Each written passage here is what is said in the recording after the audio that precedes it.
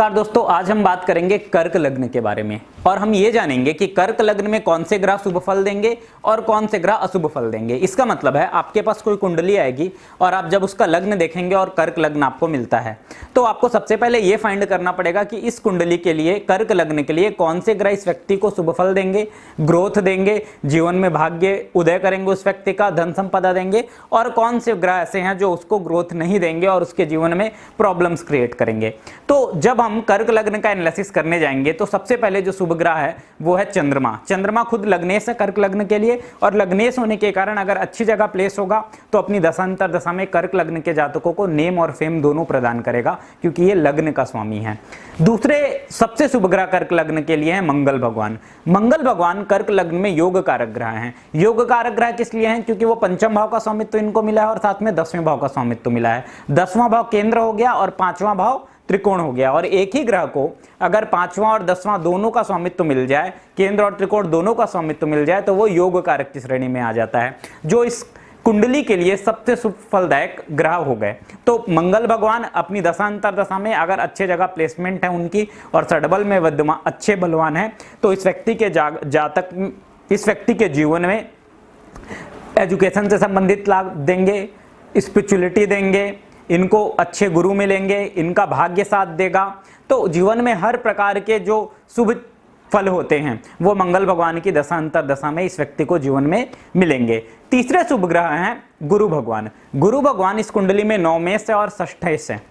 तो नवमेश होने के कारण त्रिकोण का स्वामित्व है, इसलिए शुभ फल देंगे। षष्ठेश होने के कारण कभी कभी ये रोग, ऋण और मुकदमा भी प्रदान करेंगे, क्योंकि 6वें भाव का स्वामित्व भी मिला है। तो गुरु भगवान को हम कर्क लग्न के लिए ऐसा मान सकते हैं कि एक मिश्रित फल देने वाले ग्रह हैं, जो अपनी दशा अंतरदशा में शुभ फल भी देंगे और अशुभ फल भी देंगे। लेकिन त्रिकोण के स्वामी होने के कारण, 9th लॉर्ड होने के कारण इनकी शुभता ज्यादा रहेगी। देखिए, मूल त्रिकोण राशि जो धनु राशि है वो 6वें भाव में पड़ रही है, लेकिन 9th हाउस जो होता है वो सबसे पावरफुल त्रिकोण होता है। इसलिए हम ये बोल सकते हैं कि चंद्रमा के एक तो मित्र हैं गुरु भगवान, दूसरा 9th हाउस सबसे पावरफुल त्रिकोण है, तो जातक को गुरु भगवान की दशांतर दशा में शुभ फल जरूर मिलेगा।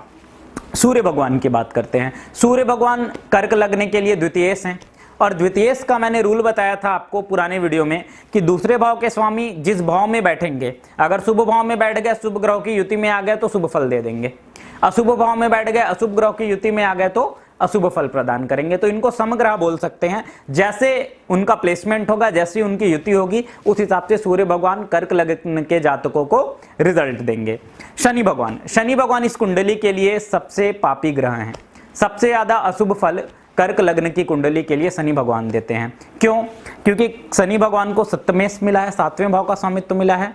10वीं राशि जो मकर राशि है ये 7वें भाव में पड़ रही है कर्क लग्न में, और अष्टमेश का अष्टम भाव का स्वामित्व मिला है। अष्टम भाव में इनकी मूल त्रिकोण कुंभ राशि पड़ रही है। तो सप्तमेश और अष्टमेश होने के कारण शनि भगवान कर्क लग्न के जातकों को अपनी दशा अंतर दशा में कष्ट जरूर प्रदान करेंगे। इस चीज को आप नोट कर लीजिएगा। कर्क लग्न के जातक के लिए शनि भगवान कष्टदायक ग्रह हैं। किसी ना किसी प्रकार का शारीरिक दुख हो सकता है कि व्यक्ति को जीवन में मिले।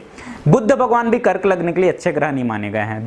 द्वादशेश हैं, 12वें भाव का स्वामित्व मिला है, तृतीय भाव का स्वामित्व मिला है। तृतीय भाव मैंने आपको बताया था 3-6 ग्रह के जो स्वामी होते हैं, तीसरे भाव के स्वामी, 6वें भाव के स्वामी और 11वें भाव के स्वामी, ये हमेशा पाप प्रभाव देते हैं। तो तृतीय भाव होने के कारण और द्वादशेश होने के कारण, अर्थात 12वें भाव का स्वामी होने के कारण बुध भगवान भी इस कुंडली के लिए शुभ ग्रह नहीं है। जब भी व्यक्ति के जीवन में बुध भगवान की दशा अंतर दशा आएगी तो किसी न किसी प्रकार का हानि, व्यय, हॉस्पिटलाइजेशन हो सकता है। हाँ, बुध भगवान इस कुंडली में विदेश के भी कारक है। व्यक्ति बुध भगवान की दशा में विदेश की यात्रा कर सकता है। 3rd हाउस का ऑनर होने के कारण पब्लिकेशन, कम्युनिकेशन, ये सारी चीजें जो हैं बुध भगवान के कंट्रोल में है। लेकिन इस कुंडली के लिए बुध भगवान शुभ फल प्रदान नहीं करते हैं। अपनी जातक को अपनी दशांतर दशा में कहीं ना कहीं अशुभ फल परिणाम जरूर देते हैं।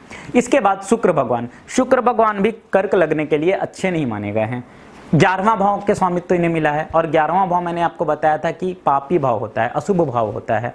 त्रिसडाय में आता है। 11वें भाव के जो स्वामी हैं वो कुंडली में कभी भी शुभ फल नहीं देते।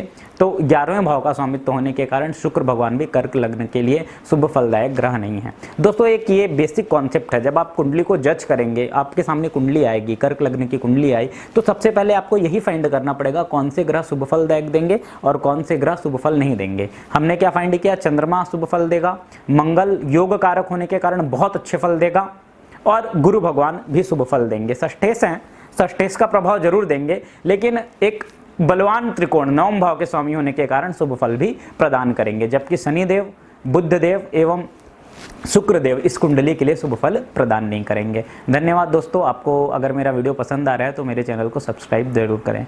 धन्यवाद।